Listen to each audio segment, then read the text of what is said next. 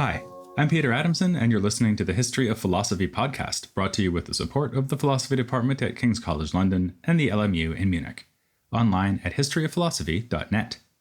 Today's episode, By Appointment Only, Political Philosophy in the Second Scholastic.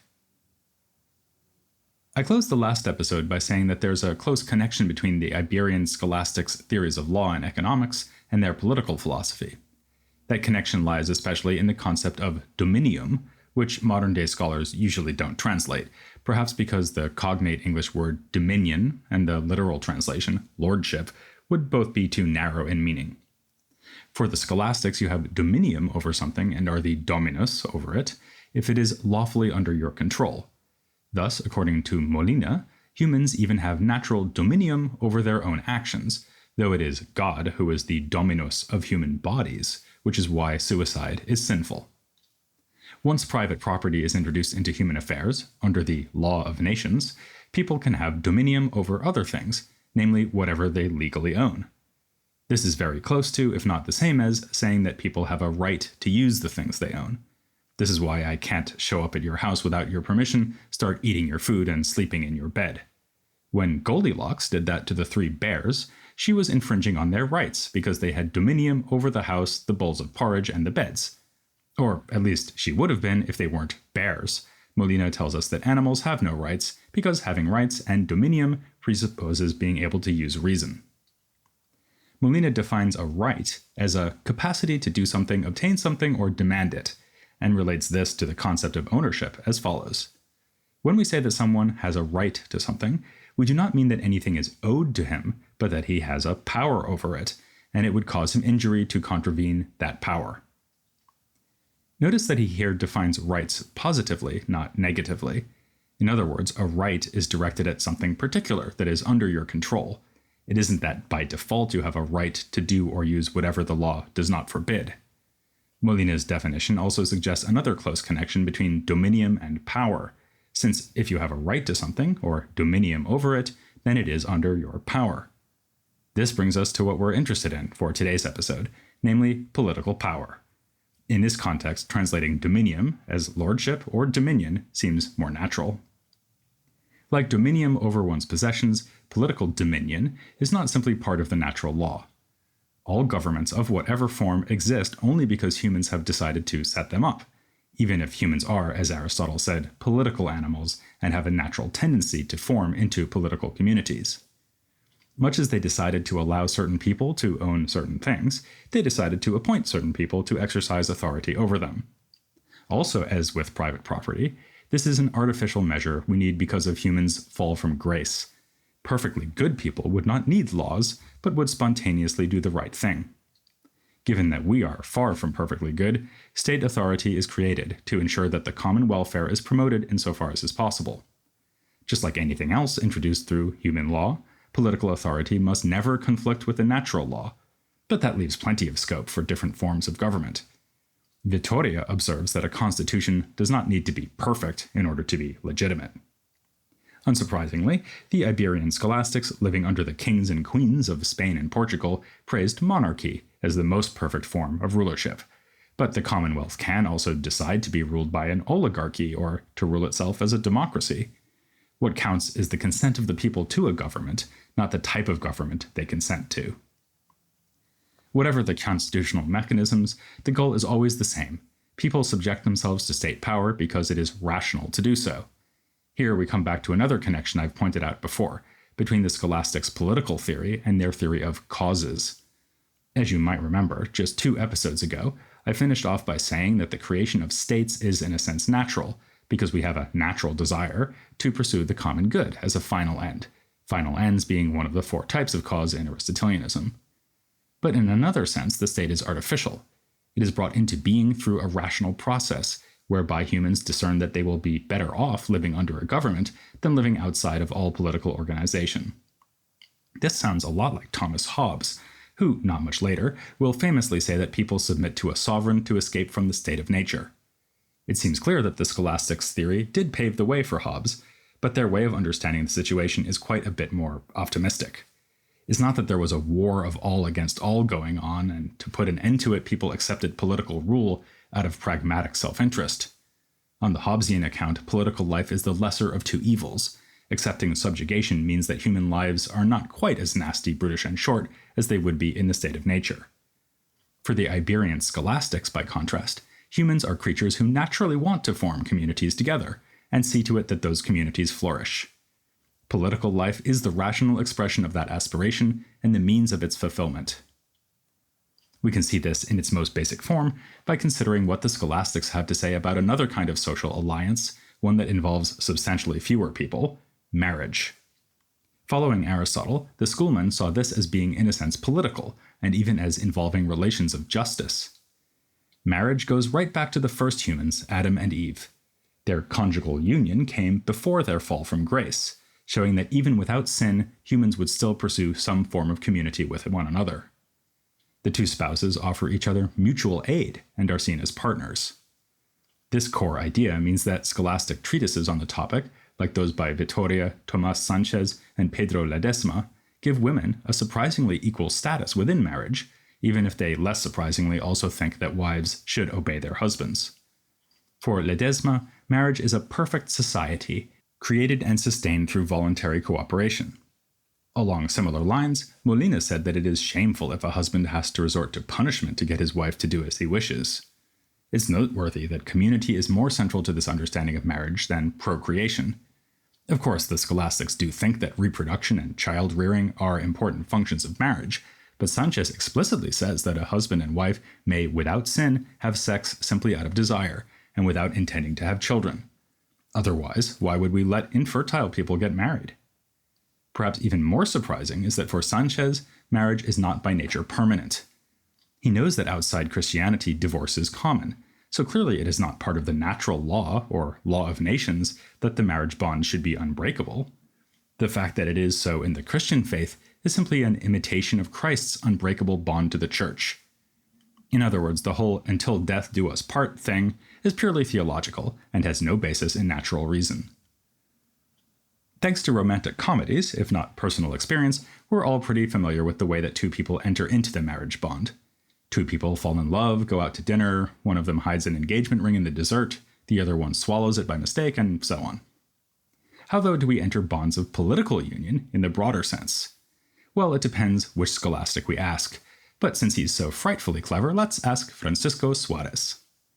Last time, we saw him emphasizing that legal obligations can only arise through a voluntary act of will by a legislator, and that applies here too. Even if human reason is involved in grasping the need for a state to secure general welfare, there still needs to be a voluntary decision on the part of the people to bring the state into being. By entering into a political arrangement, the people create an order and unity amongst themselves that was previously absent. In fact, it is only after this decision is made that we can speak of a commonwealth as opposed to a mere agglomeration of individuals, or rather of families, since by marrying and having children, people had already fashioned smaller units of social order before they created the state. This sort of theory is often described by philosophers as positing a social contract between the people who agree to submit to rule by a government. As in other versions of that theory, Suárez gestures towards a supposed moment, apparently shrouded in the mists of the distant past, when a decision was in fact taken to unite into a commonwealth. This may seem rather fanciful, especially when it is invoked to justify the existence not of something as specific as, say, the Spanish monarchy, but the maximally general law of nations which prevails over the entire world. As we saw last time, this early version of international law, too, was justified in terms of consent. But it's hard to imagine how all humans could have reached even a tacit agreement about anything, at least before the dawn of modern communications technology. Not that this technology has helped us to agree with each other now, either. I mean, it's not as if messengers were sent across the globe on horseback to check that everyone was happy to start letting people own private property. Some philosophers of this period did try to put some historical meat on the bones of their contract theories. We saw this with François Ottman, whose Franco-Gallia looked back to Carolingian times to justify the constraints he wanted to place on the French monarchy. But when it comes to Suárez, a more abstract question comes to the fore. Let's just assume that people really did form themselves into a commonwealth and subordinate themselves to a system of rule. Where did they get the authority to do this? It looks like there's a chicken and egg problem here. The community needs to have the authority, power, or right to make itself into a unified commonwealth, but it is only once it is a unified commonwealth that it can possess and exercise such power. Vittoria and Molina seem to say that humans just naturally have authority over themselves, more specifically over their own bodies and their liberty. They are created by God already having this power and are then able to transfer this power to the ruler. This relates to something else we discussed last time. According to Vittoria and Molina, slavery is unnatural, or as we saw Molina putting it, by natural right, all are born free. It's then up to humans to decide what to do with that freedom, which is why one can, in extreme circumstances, sell oneself into slavery and have that sale be legally binding. It's also why, under normal circumstances, people may appoint a power to rule over them politically, not as a master over slaves, but as a leader over a commonwealth whose good is the leader's uppermost objective. Suárez seems to be torn between this sort of idea and the idea that political rule can only be instituted through an act of voluntary choice. In favor of the idea that humans have authority over themselves from their very creation, he points out that the people must have a power in the first place before they can grant it to a king or other authority. After all, you can't give what you don't have. On the other hand, as we've already seen, he puts a lot of emphasis on the idea that the political commonwealth only comes into being through a contract among people who are going to be members of the commonwealth.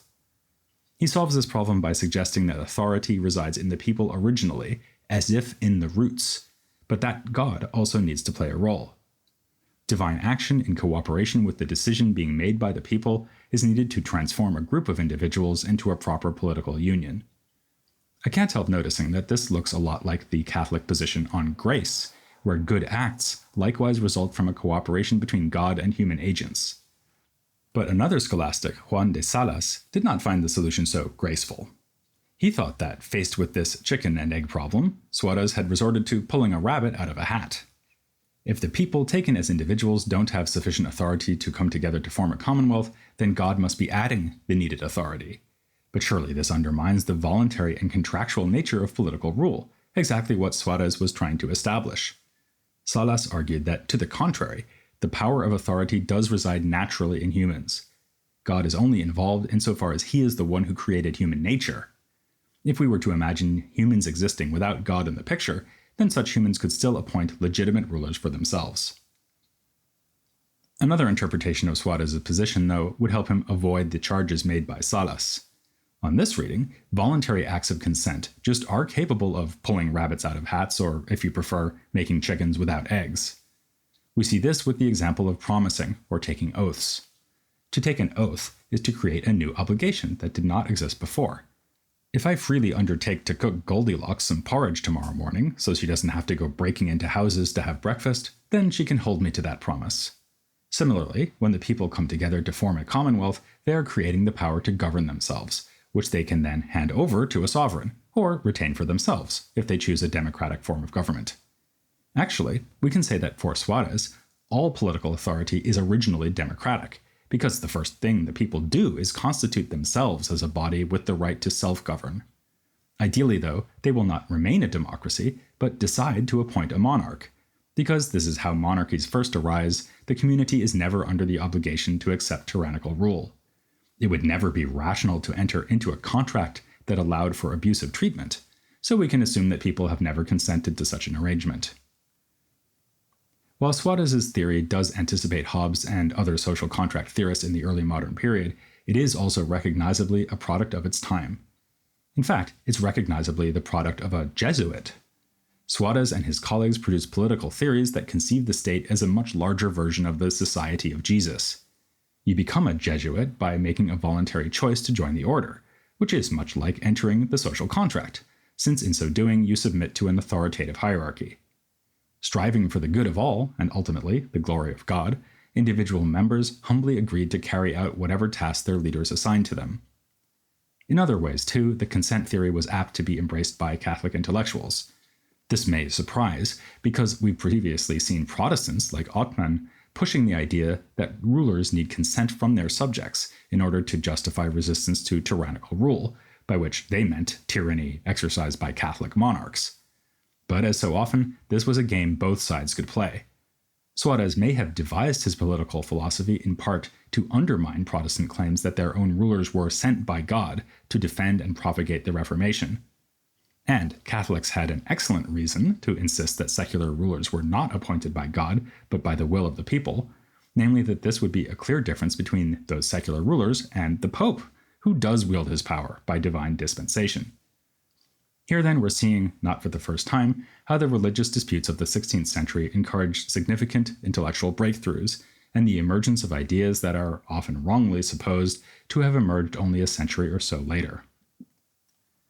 It may not be the last time we see that happen either, but we are slowly starting to edge towards the end of the current series. There are still a few figures I want to cover from Spain in this period. For one thing, having devoted so much attention to Shakespeare when covering Britain, it seems only fair to spend at least one episode on the greatest figure of Iberian literature in this period, Cervantes.